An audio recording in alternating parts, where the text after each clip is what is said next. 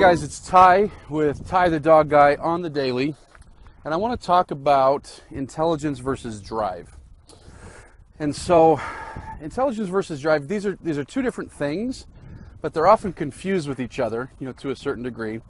And folks often have incorrect expectations about their dogs based on misunderstanding intelligence versus drive. So, let me give you an example. I can think of a time. This is probably about 8 or 9 years ago. I was invited to do a demonstration with my dog, Rocco the Rottweiler, who was alive at the time. And he, obviously he was alive at the time, otherwise why would I do a demo with him? But anyways, he was a great protection dog, and I was asked by this event that was going on for rescue dogs, hey, would you come and would you show off his protection ability? And so I did. It was fun. I had, actually at the time I had a client put on that big bite suit, and I let Rocco attack him, and we did some other cool stuff, and it was fun. And so it was witnessed by, I think thousands of people. And so after the event, people came up to me, and then later on, I had people emailing and stuff saying, I would really like for my dog to do that too. And I don't think we ever did work with any of the dogs because none of them were capable. But one thing I heard time and time again was, oh, my dog's so intelligent.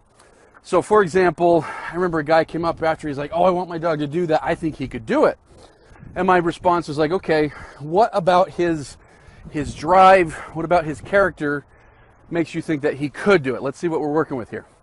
And he said, oh, well, he's really intelligent. That's why I think he could do it.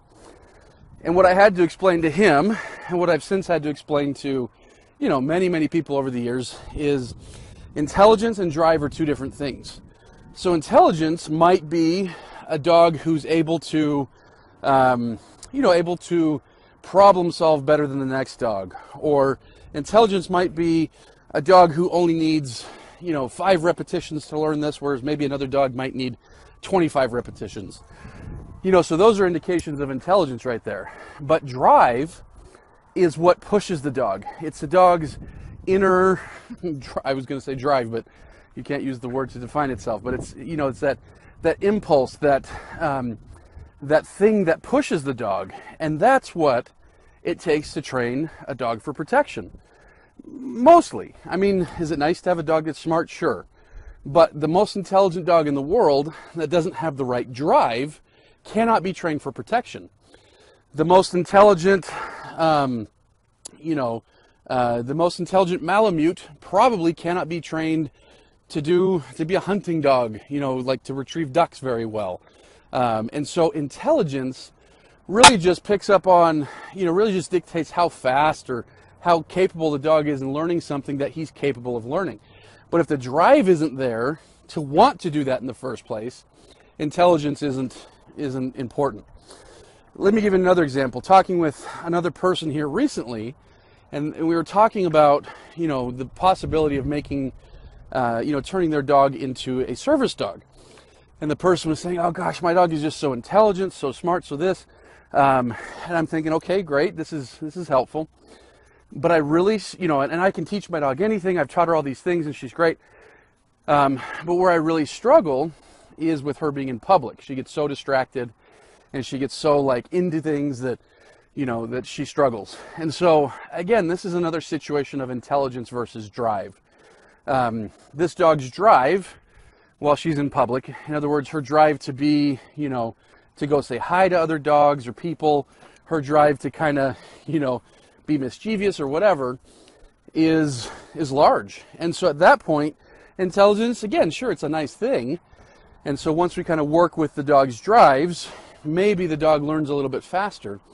But again, if you're not understanding the dog's drives, it's not always important just how smart or not smart the dog is. Because, intelligence is really just one piece of the puzzle. And, I've noticed the same thing, in humans. I look at some people that I admire and respect, and I've seen some people that have, grown big businesses or been, pretty successful. And some of these folks, and I don't, it's not like I'm one to talk, but some of these folks they're not terribly bright, but they've been incredibly successful. And so why is that? And the why comes down to they have this strong drive and they don't quit. And so when things are difficult, they just keep going for it. And, maybe if they had more intelligence and the same drive, they could get there faster. But intelligence alone is rarely a factor. No, let me put this another way. Intelligence alone rarely dictates success. And so intelligence is usually just one component, whereas drive does dictate success. If I want that hunting dog that's going to retrieve ducks, I need a dog that has drive to do that, and hopefully he's intelligent and I can channel that intelligence using his drive. If I want a dog to herd sheep, I need a dog who has drive to do that. If I want a dog that is going to be a protection dog, I need a dog with drive to do that. And then I can use the dog's intelligence, as we're channeling drive. And so again, I always kind of joke with people that sometimes people say, oh, my dog is so smart. And I'll be like, oh, I'm sorry. Smart dogs sometimes are harder to train. They look for all the loopholes and things like that. But like I say, at the end of the day, intelligence may be a factor in what you're trying to teach your dog to do. It may not be a factor. It may be a huge factor. It may be a small factor. It's really looking at the dog's drive, and building a dog's drive is where we have the most success.